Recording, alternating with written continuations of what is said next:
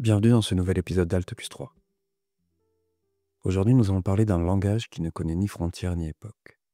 Un dialecte fait de couleurs et de parfums, de formes et de fragilité. Nous allons parler des fleurs.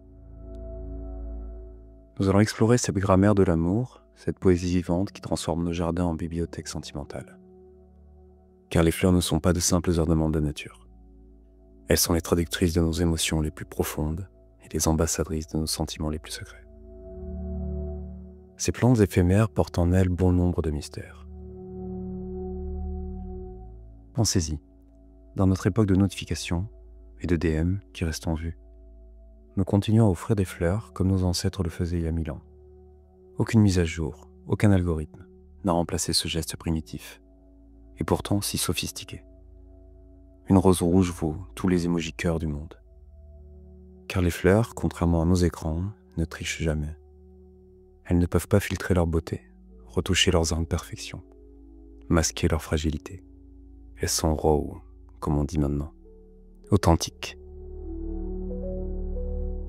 Les fleurs sont des messagères silencieuses qui, depuis la nuit des temps, traduisent l'intraduisible, expriment l'inexprimable et disent ce que les mots n'osent pas prononcer.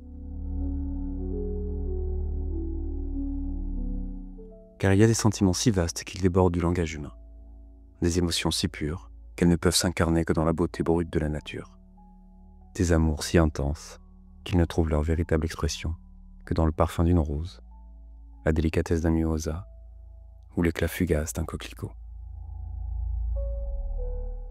Pourquoi ce geste, offrir des fleurs, traverse-t-il les siècles sans jamais se démoder? Pourquoi cette simplicité touche-t-elle au cœur de ce que nous sommes? Pourquoi un bouquet peut-il bouleverser plus qu'un discours? Comment quelques pétales, comment un brin de muguet, peuvent émouvoir plus qu'une déclaration? Peut-être parce que les fleurs portent en elles la vérité de l'existence, la beauté absolue dans l'éphémère absolu. Elles nous rappellent que tout passe, que tout se fane, mais que cette fugacité même donne son prix à l'instant présent. Nous plongeons aujourd'hui dans ce langage secret, cette poésie vivante où chaque pétale raconte une histoire, où chaque couleur murmure un aveu, où chaque parfum révèle une âme. Car les fleurs ne mentent jamais. Elles sont ce qu'elles sont, pleinement, intensément, jusqu'à leur dernier souffle.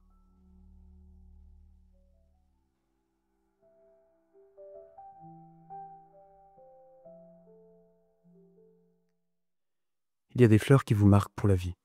Le coquelicot lui en fait partie. Fragile, éclatant, d'un rouge si pur qu'il semble avoir capturé l'essence même de la passion. Il pousse là où on ne l'attend pas, au bord des chemins, au milieu des pavés, sur des terrains vagues ou dans des champs de blé. Comme l'amour, il surgit sans prévenir, illumine l'espace d'un éclat soudain, puis s'efface aussi vite qu'il est apparu. J'aime les fleurs éphémères, à croire que mes relations le seront toujours. Cette phrase résonne en moi comme un aveu douloureux, car il y a peut-être un lien secret entre notre rapport aux fleurs et notre façon d'aimer. Ceux qui choisissent les roses éternelles cherchent-ils des amours durables? Ceux qui préfèrent les orchidées rares aspirent-ils à des passions exceptionnelles? Peut-être que je ne dois aimer que par moments. Pourtant, je ne veux pas vivre que dans l'immédiateté. Comme les coquelicots qui ne tiennent qu'un jour en bouquet, comme les mimosas qui s'effritent au moindre souffle. Ces beautés fugaces qui vous obligent à vivre l'instant présent avec une intensité décuplée. Le coquelicot, c'était elle, cette relation fusionnelle, intense, dévorante. Une passion qui s'est consumée comme ces pétales de soie rouge, sous les soleils de janvier à décembre. Elle était là, éclatante, bouleversante, puis elle s'est effilochée entre mes doigts, laissant juste le souvenir d'un rouge profond et d'un parfum têtu. Il y a quelque chose de révolutionnaire dans l'acceptation de l'éphémère. Dans une société obsédée par la durabilité, choisir le fugace relève presque de l'acte de résistance. Nos grands-parents collectionnaient les photos dans des albums qui devaient traverser les générations. Nous postons des stories qui disparaissent en 24 heures. Peut-être sommes-nous, sans le savoir, revenus à la sagesse du coquelicot. Comprendre que l'intensité peut compenser la brièveté. Cette relation coquelicot, elle avait cette qualité rare. Elle ne s'embarrassait pas de où on va, de qu'est-ce qu'on va devenir. Elle existait, point. Comme un haïku amoureux qui se suffit à lui-même, complet dans ses 3 lignes, parfait dans sa concision. Car c'est cela la beauté des amours coquelicots. Elles marquent à vie par leur intensité même. Elles s'inscrivent dans la mémoire avec la force de l'éphémère absolu. On ne les oublie jamais, précisément parce qu'elles n'ont pas duré. Peut-être que j'aime les fleurs éphémères parce qu'elles me ressemblent, parce qu'elles portent en elles cette mélancolie du passage, cette beauté tragique de ce qui ne peut pas durer, parce qu'elles transforment la fragilité en force, la brièveté en éternité. Le coquelicot m'a appris que l'amour n'a pas besoin de durer pour être absolu, qu'une passion peut être totale même si ce n'est que temporaire, que l'éphémère parfois touche plus près de l'éternel que ce qui prétend ne jamais finir.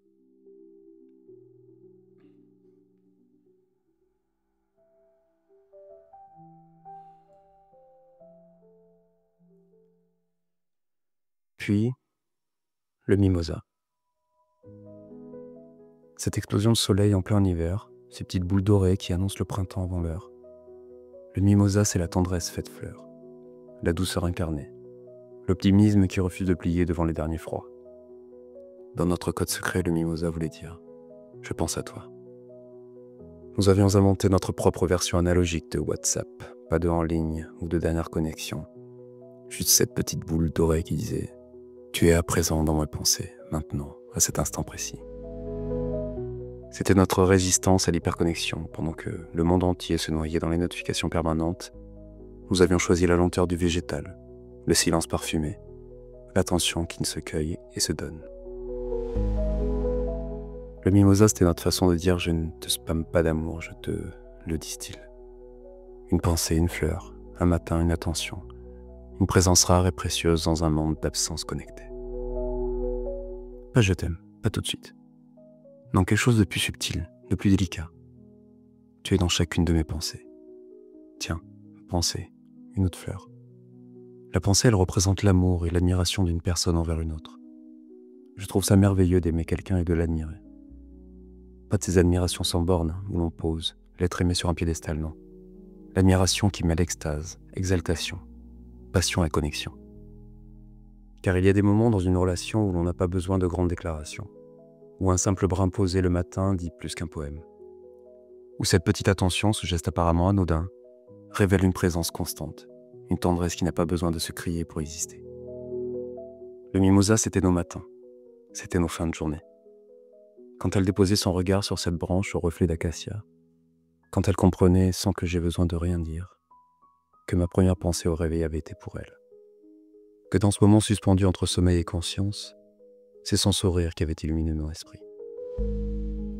Mais le mimosa, comme toutes les fleurs éphémères, porte sa propre tragédie. Il se fane vite, ses petites boules dorées tombent au moindre mouvement. On ne peut pas le garder longtemps. Il faut l'accepter dans sa fugacité, l'aimer pour ce qu'il est, un instant de pure beauté qui refuse de s'éterniser. Peut-être que c'est pour cela que nos relations ressemblent à nos fleurs préférées. Cette romance fusionnelle s'est effilochée comme les pétales de mimosa. Elle portait en elle la splendeur dorée des matinées hivernales. Puis elle s'est envolée dans le quotidien, laissant juste ce parfum de tendresse et cette nostalgie du bonheur simple. Car c'est cela le drame des amours mimosa. Elles sont si douces qu'on a l'impression qu'elles vont durer toujours. Mais leur délicatesse même les condamne. Elles ne résistent pas aux tempêtes, aux brusqueries de la vie. Elles ont besoin d'une attention constante, d'une douceur permanente, que le monde ne sait pas toujours offrir.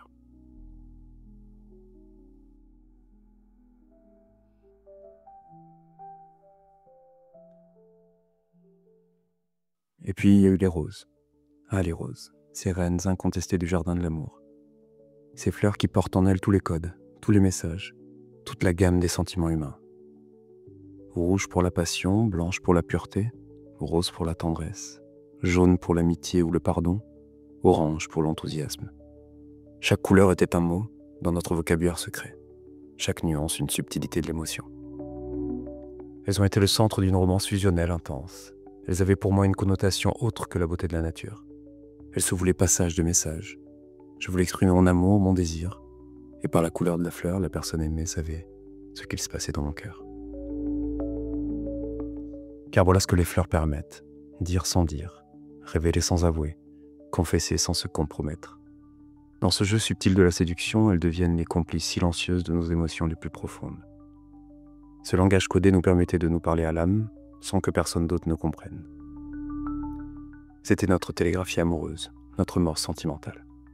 Dans un monde où tout se dit, se crie, s'étale, nous avions choisi la discrétion des pétales, l'élégance du non-dit, la poésie du sous-entendu. Cette relation fusionnelle s'est achevée comme elle avait commencé, par des roses. Mais cette fois, c'est des roses fanées que j'ai trouvées sur la table. Sèches, cassants, décolorées. Le message était clair. Notre langage secret s'éteignait avec la beauté de nos fleurs. Car c'est peut-être cela le drame des amours, qui ne se parlent que par fleurs. Quand les fleurs meurent, le langage disparaît. Quand les pétales tombent, les mots s'envolent. Il ne reste plus que le silence et le parfum fantôme de ce qui fut.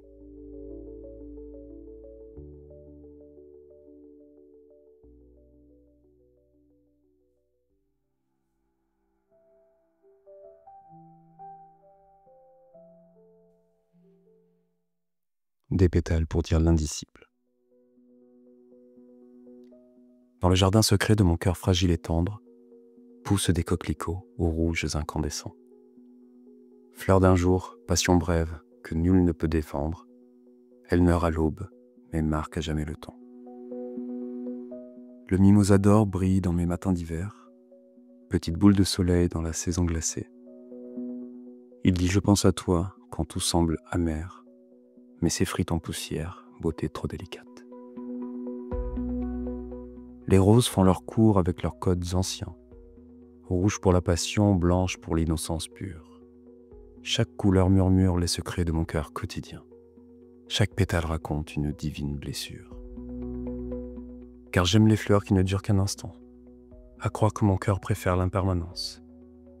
Dans l'éphémère absolu, je trouve l'émouvant. La beauté qui s'enfuit donne à l'amour sa résonance.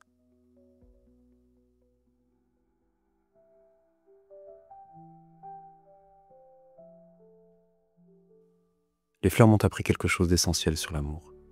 Ce n'est pas la durée qui fait la beauté d'un sentiment, c'est son intensité. Un coquelicot ne vit qu'un jour, mais il illumine un horizon terne. Un mimosa se fane en quelques heures, mais il réchauffe un cœur pour des années. Une rose s'effleure en une semaine, et son parfum hante la mémoire pour l'éternité. Alors oui, j'aime les fleurs éphémères parce qu'elles me ressemblent, parce que mes amours sont aussi intenses et brèves, fusionnelles et fragiles, parce que je préfère la beauté qui passe à la banalité qui dure. Cette romance où les fleurs parlaient pour nous, où chaque couleur était un aveu, où chaque parfum révélait une émotion, elle s'est fanée comme toutes les fleurs. Mais elle a marqué ma façon d'aimer, ma façon de voir le monde, ma façon de croire que la beauté mérite tous les risques. Car c'est cela finalement le message des fleurs. Elles nous apprennent à aimer sans calculer, sans compter, sans se protéger.